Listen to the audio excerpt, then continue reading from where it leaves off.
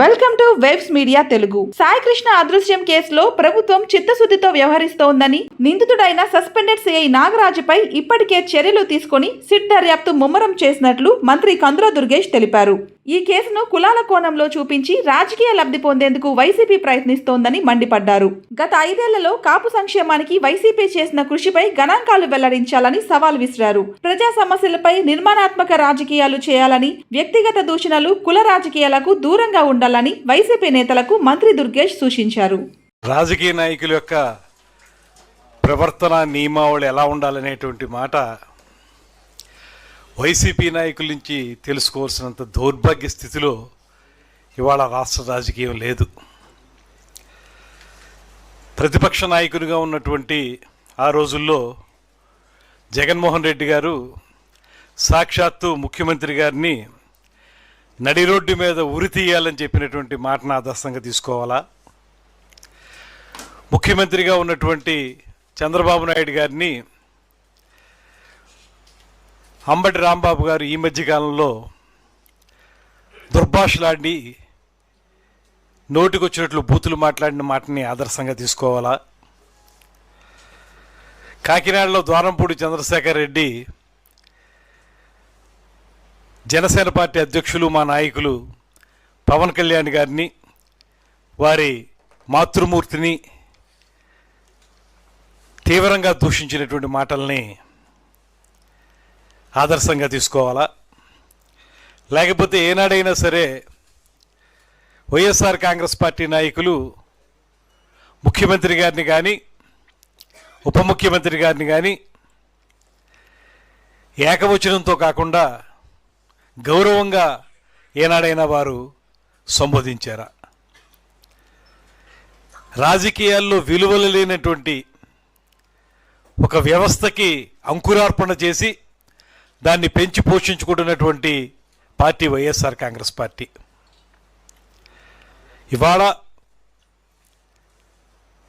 ఎన్నో సందర్భాల్లో రాజకీయపరమైనటువంటి విమర్శలు చేయాల్సిన పరిస్థితుల్లో సైతం అవి చేయటం మానేసి వ్యక్తిగత దోషణలకు వెళ్ళి, ముఖ్యంగా మా ఉప ముఖ్యమంత్రి వర్యులు పవన్ కళ్యాణ్ గారిని వ్యక్తిగతంగా అనేక పర్యాయాలు దూషించి ఆయన వ్యక్తిగత జీవితంకు సంబంధించినటువంటి మాటలు మాట్లాడి ఇవాళ తగుదనమ్మా అని చెప్పి నీతులు వల్లించడానికి ముందుకొచ్చినటువంటి వైసీపీ నాయకులకి ఒకటే నేను మనవి చేస్తున్నాను. గురువింద కింద ఆ నలుపు తనకు తెలియదన్నట్లుగా మీరు చేసేటువంటి ప్రయత్నం అంతా కూడా ప్రజలు చూస్తూ ఉన్నారు. సాయి కృష్ణ మృతి విషయంలో కానీ, మృతి అయ్యారనేటువంటి మాట అంటున్నారు కనుక, అదృశ్యమైనటువంటి విషయంలో ఆంధ్రప్రదేశ్ రాష్ట్ర ప్రభుత్వం స్పష్టమైనటువంటి చట్టపరమైనటువంటి విధానాన్ని తీసుకుని దాని మీద వెంటనే అభియోగం మోపబడ్డటువంటి సిఐ నాగరాజు గారిని సస్పెండ్ చేయటం, తూర్పుగోదావరి జిల్లా ఎస్పీ గారిని ఎంక్వైరీ ఆఫీసర్గా వేయటం, అదేవిధంగా ఆ తర్వాత మరింత లోతుగా విశ్లేషణ జరగడానికి, న్యాయం జరగడానికి వీలుగా సిట్ వేయటం, సిట్ ద్వారా ఇవాళ నాగరాజు గారిని అదుపులో తీసుకునేటువంటి కార్యక్రమాన్ని చేపట్టడం, ఇవన్నీ కూడా ఈ ప్రభుత్వం తాలూకు చిత్తశుద్ధిని స్పష్టంగా తెలియజేస్తూ ఉన్నాయి. అటువంటి సందర్భంలో మీరు ఒక రాజకీయ పార్టీగా వైఎస్ఆర్ కాంగ్రెస్ పార్టీ ఒకవేళ మీకు ఈ అంశాల మీద కానీ ఇతరత్ర అంశాల మీద కానీ ఏవైనా అనుమానాలు ఉంటే ఒక రాజకీయ పార్టీగా మీరు ఒక సమావేశం ఏర్పాటు చేసుకోవటాన్ని ఎవరు ఆక్షేపించరు. మీరు కాకినాడలో ఏర్పాటు చేసుకున్నదైనా, ద్రాక్షారామంలో ఏర్పాటు చేసుకున్నదైనా, ఏదైనా అదొక రాజకీయ పార్టీగా అందరూ కలిసి ఏర్పాటు చేసుకుంటే సహజం కదా, రాజకీయ పార్టీలు పెట్టుకుంటాయి కదా అనుకునేవాళ్ళం.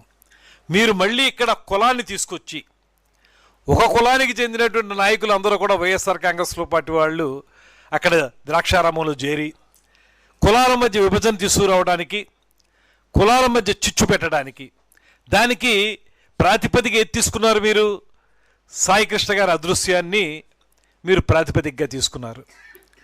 అంటే ఇక్కడ ఎవరైనా ఏ ఇబ్బంది జరిగినా దానికి కులాన్ని పొలవటమే మీ ధ్యేయమా?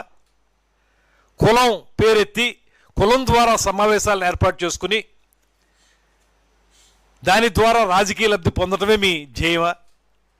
ఒకవేళ మీకు ఈ ప్రభుత్వం చిత్తశుద్ధితో పనిచేయడం లేదనుకుంటే ప్రభుత్వాన్ని మీరు విమర్శించండి, లేకపోతే ఇలా పనిచేయండి అని అడగండి. అంతేగాని దానికి మళ్ళీ కులం రంగు పులివి ఉప ముఖ్యమంత్రి గారిని దాంట్లోకి లాగి ఆయన్ని కులం చట్టంలో బంధించడానికి చేసిన మీ ప్రయత్నాన్ని ప్రజలందరూ కూడా చేదరించుకుంటున్నారు. అంబటి రాంబాబు గారు చెప్పారు కళ్ళు తాగారని. మీరు కళ్ళు తాగారు, మీరు కోతి, మీకు ముళ్ళు గుచ్చుకుంది, ఇప్పుడు రోడ్డు మీద పడి ఇష్టం వచ్చినట్టు తాండవాలను చేస్తున్నారు. లేకపోతే ఈ కార్యక్రమాన్ని ఇలా కొనసాగించాల్సిన అవసరం ఉంది, కులాల పేరుతోటి కొనసాగించాల్సిన అవసరం ఏముంది? ఎందుచేత మీరు దీన్ని కులానికి సంబంధించిన కార్యక్రమంగా సమస్యగా ఎందుకు చిత్రీకరిస్తున్నారు? సమస్యను సమస్యగా ఎందుకు తీసుకోవడం లేదు? పవన్ కళ్యాణ్ గారు తొలి నుంచి చెప్పిన మాట ఒకటే, నేను పుట్టిన కులం పట్ల నాకు గౌరవం ఉంది, అంత మాత్రం చేత రాజకీయాల్లో ఉన్నవాళ్ళు ఒక కులంతో ఉండే అవకాశం ఎప్పుడూ ఉండదు, అన్ని కులాలని సమానంగా చూస్తాం, అన్ని కులాలకి సరైన గౌరవం ఇస్తాం, అన్ని కులాల అభివృద్ధి కోసం కృషి చేస్తాం అనేటువంటి మాట ఈరోజు కాదు తొలి నుంచి కూడా చెప్తూ ఉన్నారు. మీరు ఇవాళ మళ్ళీ అదే రకమైన బురద చల్లడానికి మీ యొక్క ఆలోచన ఏంటంటే, ఈ రకంగా వీళ్ళందరూ కలిసి ఉంటే, ఈ కూటమి ఇలా కలిసి ఉంటే, ఈ మూడు పార్టీలు ఇలా కలిసి ఉంటే జీవితంలో మేము మళ్ళీ అధికారంలోకి రాలేమనేటువంటి భయం ఏదైతే మీకుందో దానివల్ల ఈ రకంగా మీరు మాట్లాడుతున్నారనేటువంటిది స్పష్టమైపోతూ ఉంది. మీరు ఏనాడైనా మీరు చెప్పిన విధంగా కాపు కులానికి సంబంధించి 2019-24 మధ్యలో కాపు కార్పొరేషన్కి ఇతోధికంగా నిధులు ఇచ్చాం, విదేశీ విద్యకి ఇంతగా సహకరించాం, కాపు భవన్లకి చాలా నిధులు ఇచ్చేసామనేటువంటి రికార్డు మీ దగ్గర ఏమన్నా ఉంటే అది చూపించండి, మీరేం చేశారో చెప్పడానికి. అప్పుడు 2014 నుంచి 19 వరకు తెలుగుదేశం ప్రభుత్వం అటుపక్క జనసేన పార్టీ ఇటుపక్క భారతీయ జనతా పార్టీల సపోర్ట్ తోటి వారు చేసిన కార్యక్రమాలని తిలోదకాలు ఇచ్చి మీరు కాపులకు సంబంధించినటువంటి అన్ని అంశాలని కూడా తొంగలోకి తొక్కారు. అంతేకాదు సామర్లకోటలో స్పష్టంగా జగన్మోహన్ రెడ్డి గారు ఈడబ్ల్యూఎస్ పథకాన్ని కాపులకు వర్తింపజేయం ప్రత్యేకించి అనేటువంటి మాట కూడా తేరతెల్లంగా చెప్పేశారు. ఇవన్నీ చేసి కూడా ఏ రకంగా మీరు మీ వైఎస్ఆర్ కాంగ్రెస్ పార్టీ ఇవాళ ఫలానా కులానికి కొమ్ము కాస్తుందనో ఫలానా దానికి చేస్తుందనేటువంటి మాట చెప్పగలుగుతారు? అదే సమయంలో అన్ని కులాలకి చేసిన విధంగానే కాపులకు కూడా న్యాయం చేసే విధంగా ఇవాళ కూటమి ప్రభుత్వం చేస్తున్న ప్రయత్నాన్ని మీరు అలా కాదనగలరు? ఇవన్నీ వాస్తవాలు పక్కనుంటే మీరు ఎంతసేపు కులం చట్టంలో పవన్ కళ్యాణ్ గారిని బంధించి ఆయన్ని ఏదో రకమైనటువంటి అవాకులు చవాకులు ద్వారా మాట్లాడాలనేటువంటి ప్రయత్నం మీరు ఏదైతే చేస్తున్నారో దీన్ని తీవ్రంగా ఖండిస్తున్నాం.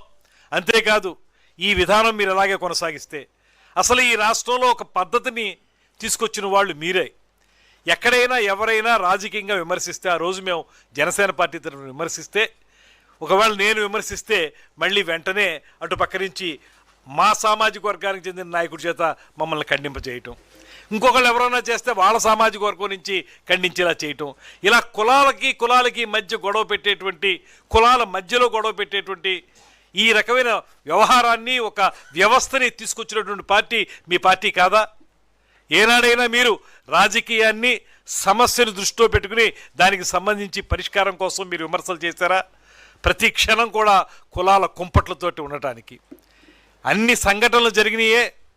ఆ రోజున గిద్దలూరు నియోజకవర్గంలో వెంగయ్య అనేటువంటి యువకుడు వారి గ్రామానికి రోడ్లు కావాలంటే అతను అప్పుడున్నటువంటి వైఎస్ఆర్ కాంగ్రెస్ పార్టీ ఎమ్మెల్యే తీవ్రంగా మాట్లాడి బూతులు తిడితే అతను ఆత్మహత్య చేసుకున్న సందర్భాన్ని మీరు ఆ రోజు ఎప్పుడైనా ఎలాంటి సమావేశం పెట్టుకున్నారా? లేకపోతే అనేక మంది యువకులు బలైనటువంటి సందర్భంలో మీ ప్రభుత్వ హయాంలో ఎప్పుడైనా ఎలాంటి సమావేశాలు పెట్టారా? ఇవాళ మీరు ద్రాక్షారామంలో సమావేశం పెట్టడానికి, లేకపోతే మీరందరూ రోడ్ల మీదకి వచ్చి నోటుకొచ్చినట్టు మాట్లాడడానికి, గావు కేకలు వేయటానికి కారణం ఏంటంటే ఇక మీకు భవిష్యత్తు లేదనేటువంటి మాట అర్థమైపోయింది కనుక ఈ రకమైనటువంటి కార్యక్రమం చేస్తున్నారు. దీన్ని మేము తీవ్రంగా ఖండించడం మాత్రమే కాదు, ప్రజలందరూ కూడా అసహ్యంగా మీ పట్ల ఒక ఆలోచన చేస్తూ ఉన్నారనేటువంటి మాటను తెలియజేస్తూ, ఎప్పటికైనా మీరు ఆ సిగ్గన్నటువంటి మాట ఉపయోగించారు కదా, ఆ సిగ్గే మీకుంటే, ఆ బుద్ధి అన్నటువంటి మాట మీరు ఉపయోగించారు, ఆ బుద్ధే మీకుంటుంటే, ఆ సరైనటువంటి మతి మీకుండుంటే మీరు ఇప్పటికైనా పద్ధతిగా రండి, పద్ధతిగా మారండి, రాజకీయ విమర్శలను రాజకీయంగా చేయని చెప్పి కోరుతా ఉన్నాను.